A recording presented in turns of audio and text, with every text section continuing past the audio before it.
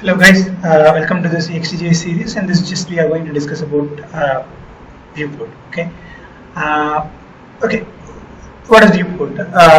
So technically, if we see in development, the Viewport is the area which is viewable in the browser. Okay, the one thing which we have to understand when we come to ExtJS or any other single page application is Viewport. Okay, so what is Viewport? For example, how many viewports you can have in your single page application?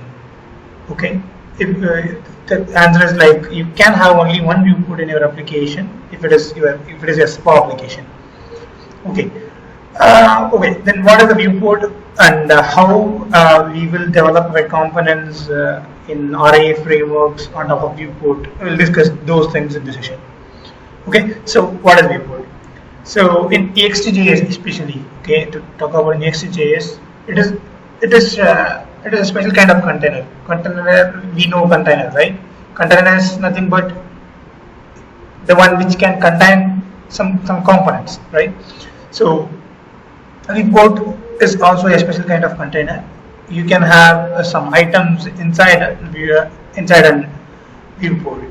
Okay, so for example, you can have one viewport. Inside that, you can have a panel, or you can have a form panel, or you can have whatever that you want. Okay, but the one thing again, I'm just reiterating is like you can have only one viewport in a single page application, and when you are declaring the viewport, it will automatically render inside the document body, and it will automatically fit inside the browser. Okay, previously in ExtJS 5, you see there's a config called auto create viewport true false. So if you just change the flag, it will automatically create the viewport.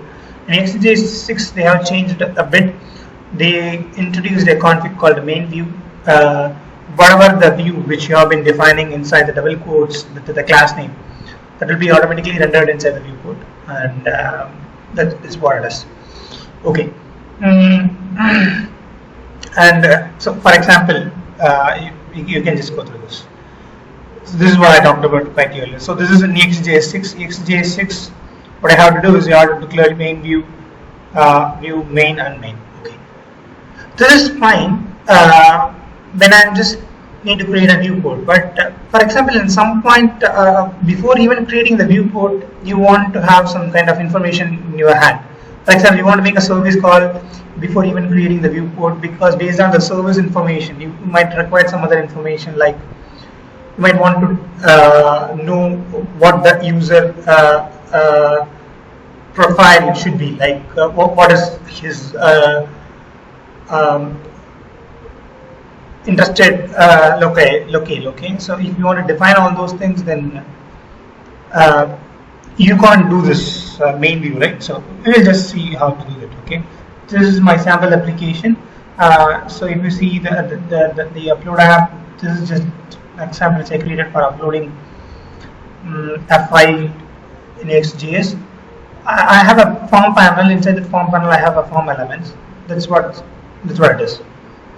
So if you go to the code, I have a main view config available, which is main and main. If you go to the main, it is a form panel.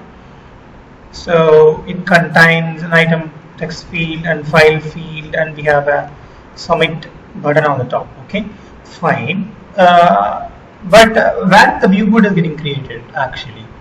Okay, to say like you can read this command section.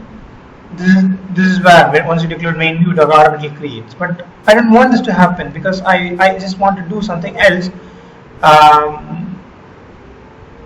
Before even creating the viewport, I want to know about the user, for example, Lawrence. I want to make a service call. Okay, then this is not suitable in those scenarios.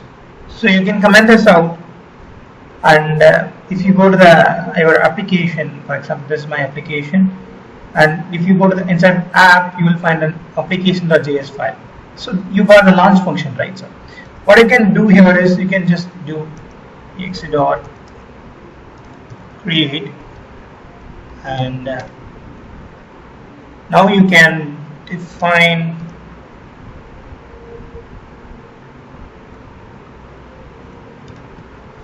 So we already discussed, and the viewport is a special kind of container, and you can define its class name, and you can define the item which you want to be rendered inside the. I know the X type of my main. It is by default it is app main, so I'm just defining it. Okay, fine. I'm going to have one item inside the viewport, so I'm just saving this. Let's check we are getting any errors in the Sencha command. I don't think so. So if you refresh this, yeah, you got now the same output as earlier, but the thing is the item is not fit. See, for example, this is your parent view. This is your parent form panel. This you want this to be occupied the full view, the full complete viewport. Then if that is the case, then what you have to do is you can just go here and you can just define the fit layout. Fit layout is I think what it will allow the single component to occupy the full viewport. That is the speciality of the fit layout. Okay, now if you refresh the application, the form panel would occupy the full screen as expected. So that's it. So now if you want to get something inside this, now you can just do it. For example, we'll put a debugger here and we will just check how can I access the viewport in my application. Okay, so if you press F12, you will get a developer tools, right? So just press F12 and now refresh the application once. Okay, so now it's got created. Now the only job for us is query the viewport. Okay, so you want to do the global querying instead of local querying. So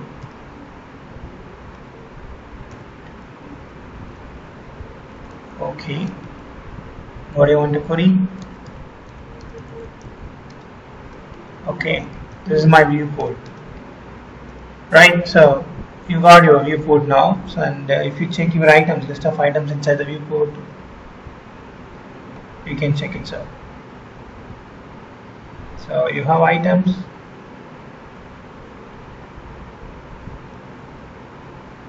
So app main, so which is a form panel, and title is upload form. So we got the items, right? So that's it. So for example, if you want to destroy the viewport, okay, now you can just go over and you can just destroy. So now the viewport got destroyed. So that's it. So now you know what is viewport and how to define a viewport by default in ExtJS 6. And okay, I don't want my viewport to be created by default. Before that, I want to do some pre-work before even creating the viewport. Means you can just define all those things in your launch function. You can just create your things after that. So you can just have you can have your ajax.request function over here, and you can even define this inside the success callback function of your ajax request. So that's it. I hope it's helped you in terms of understanding what is viewport in ExtJS. See you in the next session. Bye bye.